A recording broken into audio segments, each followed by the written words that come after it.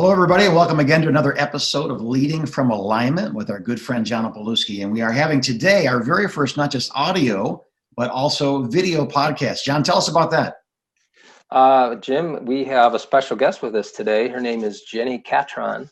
And we thought if we're going to start doing video podcasts next year, we would start off in style. So I think it's a good strategy because I don't think anybody wants to look at us. So we brought two ladies along, and it might help our viewership for sure. Right. Well, Jenni, it's such a pleasure to have you back. We had you on the podcast about 6 months ago. That's crazy that it's been that long, huh? Right. Yeah. Well, that 2020, the year that's lasted 5 years. So exactly. It was great. And I told my wife about it and I said, you got to talk to this lady. So I brought the boss along today, my wife, Dina. So, perfect. So fun to connect, Dina. Good to have you. Yeah. Could you just, for those who maybe didn't catch the podcast from months ago, give us just a brief recap of your leadership journey. I think it's a fantastic story and it really sets us up for our topics today. Sure. I always say that I didn't really know what leadership was.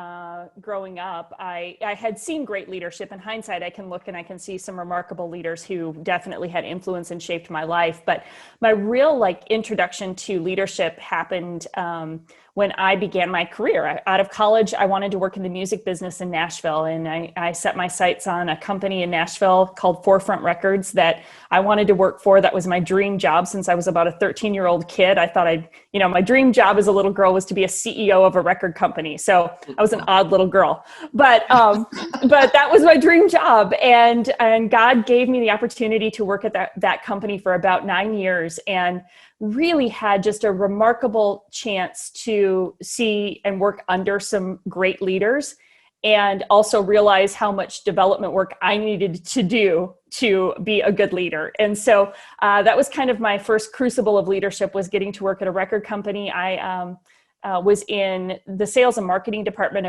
initially, and then moved into brand management. And so I was responsible for helping oversee really keeping the integrity and heart of an artist's brand, if you will, like their vision, from everything from marketing to sales to the visuals, the photo shoots, the video shoots. Just the whole point of it was to help keep a cohesiveness of their vision from piece to piece throughout the journey. So that's probably more detail than you wanted. But what I loved about it is that I worked with departments across the entire organization, across the whole corporation.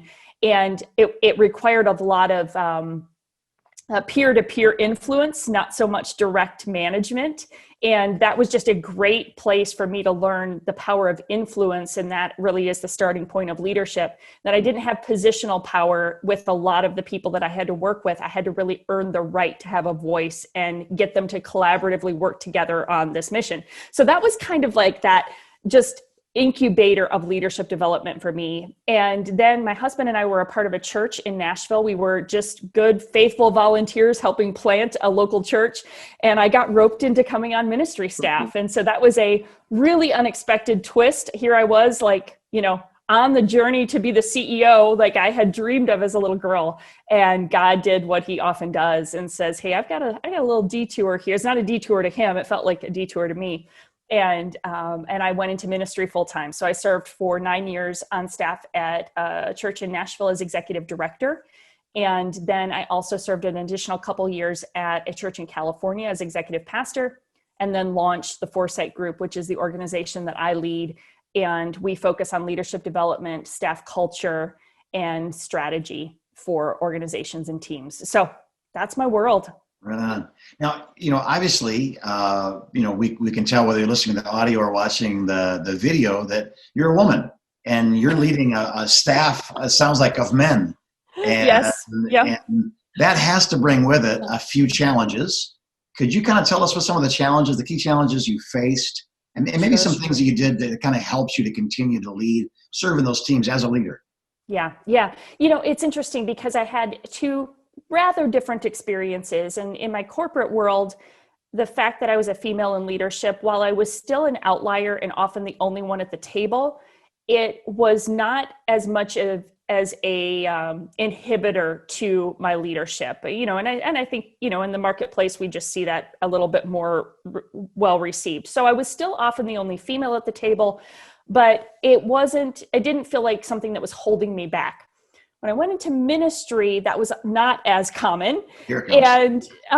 And so it startled me. Honestly, because I had had a pretty good experience as a woman in leadership, again, the minority, if you will, at the tables that I sat at, but not, but accepted, I would say.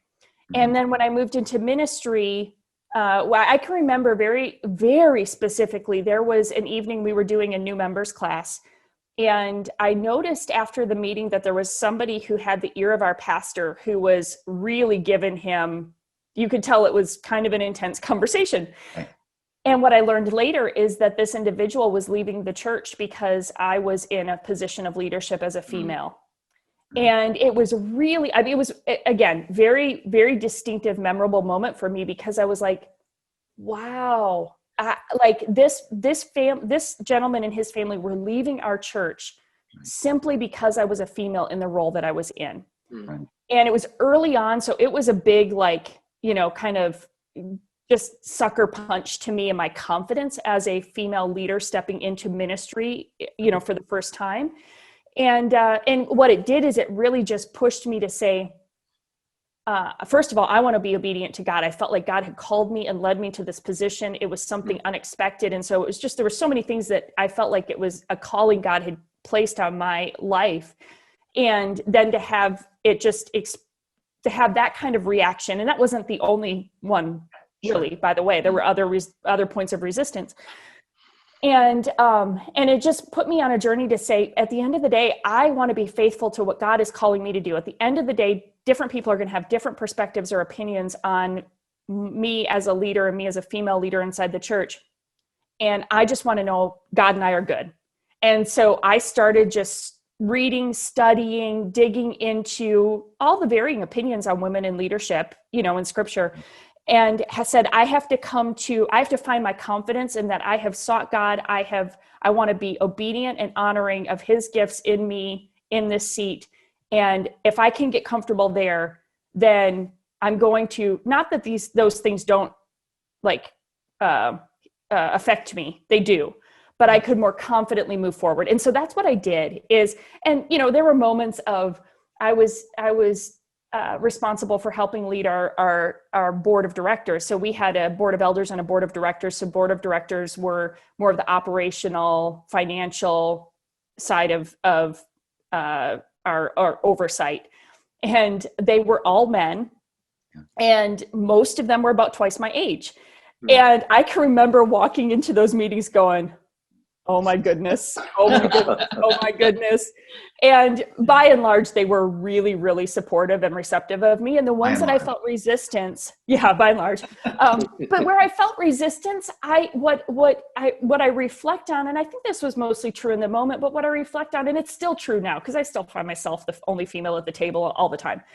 But if I just remain faithful to my responsibility, and remember that God has placed me here. He will equip me if I will seek him. I'll do my homework, right? Like still show up and work hard. Some of those guys were some of my greatest supporters and champions in years to come. Mm-hmm. And so while sometimes I feel like being a female in the leadership seat requires a little more resilience on my part, if I stay faithful to that, I've seen God reward that time and time again. It hasn't come without some hard knocks, but I'm probably giving you more detail than you asked for in that question. So I'll pause. I'd ask this because my wife runs the staff. She's the executive director of operations for again, a multi-million-dollar nonprofit, local church. I pastor the staff and the congregation. She leads the staff and congregation. So she was reading something that you wrote and just said, I think I finally found someone who can understand what I'm going through. So do you have any questions as a woman in leadership for Jenni that might resonate with other women as well? Maybe what's the obvious question that comes as a woman in charge of men with authority? I think you're talking about resilience and just when you get discouraged, who do you talk to? We've got several young women on our team who are pursuing their minister's license, we're really big into women taking their position, right, that God's called us to. I've been reading your book, Clout, and I'm just at the point now where you're talking about Deborah. Oh, and yes. how Yep. that got missed in all of our little Bible studies or Sunday school classes. Yes.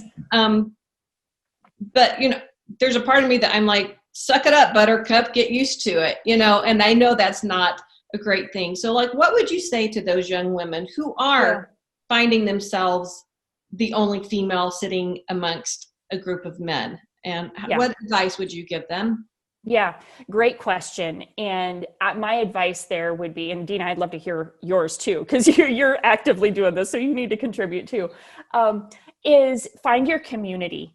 And you're going to have to work a little harder to find your community, especially, so, this might vary depending on the seat that you sit in, but because I was executive director, which was the second chair, probably very similar to you inside of the organization, I didn't have most of the other women on the staff, men and women, reported to me directly or indirectly. And I had to be intentional to find other women outside of our church who could be friends, peers, mentors, and actively pursue those relationships, because the relationships right around me weren't going to be able to be even peer or mentor relationships. They were beautiful relationships. I had wonderful friendships and still do with some of, the ladies that I've worked with over the years. But I had to be really intentional to make time and create space for friendships with people who were not connected to the church and my church. So I had and still do, two circles. I had friends that had been friends since right post college, and long time friends who weren't connected to my church, that were just friends and could be friends, mentors, sounding boards, and just be people I could just be honest and real with, and they could handle it. And then I also had a circle of women who were in similar positions at churches around the country. And now I had to hunt for that. It wasn't like it just kind of was magically served up to me. I had to dig for those relationships. I will say there are a lot more of those circles now, where you can find some of those ministry connections. Leading and Loving It is a great ministry organization that connects women in ministry. And then there is a group that Katie Cole has formed on Facebook that is for women in ministry. And so there are now some better connections and networking places where you can go find other females who are serving in ministry leadership that feel, at least, I found my people. That's the thing I always hear from, so I found my people. Yes. I'm not the only one. So yes. I'm very long-winded today for whatever reason. Maybe it's because we're recording this on a Friday. But I would just say you've got to work to find your community, because it might not be just right there and obvious. So you have to put in that effort, and I promise it's worth it. So that would be my best encouragement. So I'm just going to ask, a lot of them are like, I don't have time for the personal relationship. So is reading books enough? Is, you know what I'm saying? Or do you think they have to have that personal connection? I do think it's both. So I'm an avid reader, so I'm always going to be the first to tell you, read, study, keep growing. But yes, I think you need connection. And that's coming from an introvert. I'm highly introverted. I have a very extroverted job, but I'm highly introverted. So sometimes the last thing I want to do is get on another phone call or Zoom call, as life would be right now. But I absolutely know that those relationships are life-giving. So for example, this week I had an in-person lunch meeting. We're recording this while we're still in, COVID restriction land, but I was able to do a in-person lunch meeting with another female leader that's here in the community. And I got home from that meeting and I was so energized. And we didn't even it was just connection. It was just time with another amazing woman leader who is a person of faith, who we could just pour into each other. And I was like, that was absolutely worth it. But my tendency would be to think I don't have time for that. And because I totally relate to that. I don't have time for that. You don't, but I promise you need to make some time for it. And, depending on your personality and so forth, but some time for those relationships, I think, is really key. I think what you're describing is who you are, right? A very introvert, but has a very extroverted job. Meeting after meeting, confrontation after confrontation, and we're getting to that time in the podcast there, John, where we need to start thinking about. I do have one last question. You're in a position now of authority, which means you're blessing them, you're helping them, you're teaching them, you're guiding them, but occasionally you're correcting them. You're looking a man in the eye, saying, "If you ever do that again, I'm gonna." Now, when you do that, are you a mom? Are you a daughter? Are you a sister? Or is it gender have nothing to do with it? It's just the authority and the position of the authority is speaking, and it doesn't matter if it's a mom or a daughter. Age, gender means nothing. What's your thoughts on that? That is a great question. And yes, I don't think you should think about your gender when you're in those conversations.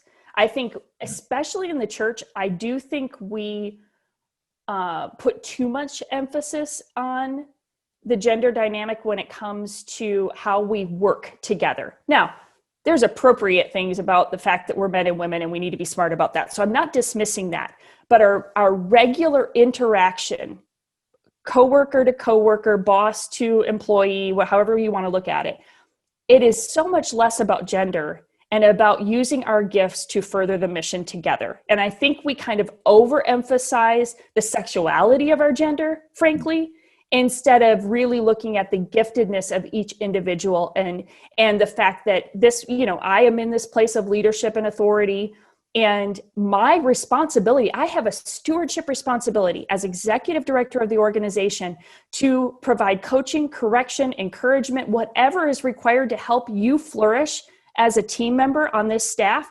That is my stewardship responsibility. It doesn't matter if I'm male or female, or if you're male or female. That is my responsibility to be stewarding my gifts, stewarding the place of influence God has put me, and to steward you as a part of this team. My best gift to you is to give you the appropriate coaching, support, encouragement, correction that is necessary for us to accomplish this work together. So I try to not think about gender in those conversations. And I try to say, this is me from, follower of Jesus to follower of Jesus on a team working together with our appropriate responsibilities. This is what I need to do to help us do the work together. Yeah. So that's just me, but I think we overemphasize it sometimes in the wrong places. Right. Yeah, that's so good, Jenny. I was also just thinking as you were sharing that, not only do we need to take the gender out of it, I think sometimes we need to take as much emotion out of it as we possibly can. And because, ministry is so personal, right? And it taps our emotions a lot. And sometimes that gets in the way of us making proper decisions and stewarding the responsibility. And so I think that's just another layer to it, of taking emotion out of the equation as much as we possibly can. And that helps us make better personnel decisions, better discipline, better corrective action, things of that nature. I agree. So Jenny, we're at the end of our time. Would you join us for another podcast? Are you open to doing that? I'd love to. This is a fun conversation, so I look forward to it. Yeah, I think we have a lot more to talk about. You have an event coming up here in, I think it's in January, beginning of next year. Why don't you take a minute and tell us about it, Jenny, and then Jim, I'm going to have you wrap us up. Yeah. Perfect. Well, and thanks. I'm loving this conversation. So this is a lot of fun. But yeah, we have every year I do some small cohorts for women in leadership. Done these for about 12 years. Back to our conversation about creating connection. When I had difficulty finding it, I decided, well, I'll just try to be the ringleader and create it. And so for about a dozen years, I've gathered just 12 to 20 women to do a 6-month cohort where we're journeying together in leadership development. And it tends to be women who are people of faith, but they can be in ministry. They might be in nonprofit work. Sometimes they're even in business, but it's primarily women in ministry and nonprofit leadership. And it kicks off in early February.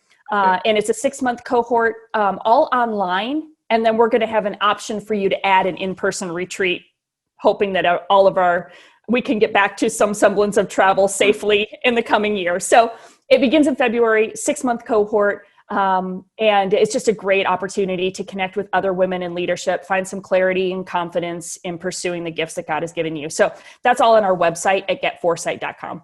Okay. Awesome. Thank you, Jenny. It's just a blessing. I know it is to my wife, because I think sometimes she looks in the mirror like a unicorn would and say, she's on the DISC assessment. She's a high D, Yes. she's a female. She's in leadership. She's the right person in the right place at the right time to do the job. But there are specific struggles in that job at any time. But I think especially in a day and age, in a church setting that you described. So thanks for being the second unicorn in the room. It's nice, and telling us there's other unicorns in the universe and That's giving right. us tips on how to do it well. So That's so great. Thank you, guys. Always, we are here for you guys, those who partake of this podcast on a regular basis. The reason we do this, the reason that Jenny's here and Dina's here and John and I are here, is because we want to help you. Our sincere desire is to help you lead in such a way that when it's all done, there's no regrets. You haven't destroyed yourself or others, and so to lead better and have a great time doing it and to enjoy what God has given you. So on behalf of everybody on this podcast, thank you for joining us today. We hope that you'll join us again real soon as we continue to lead from Alignment.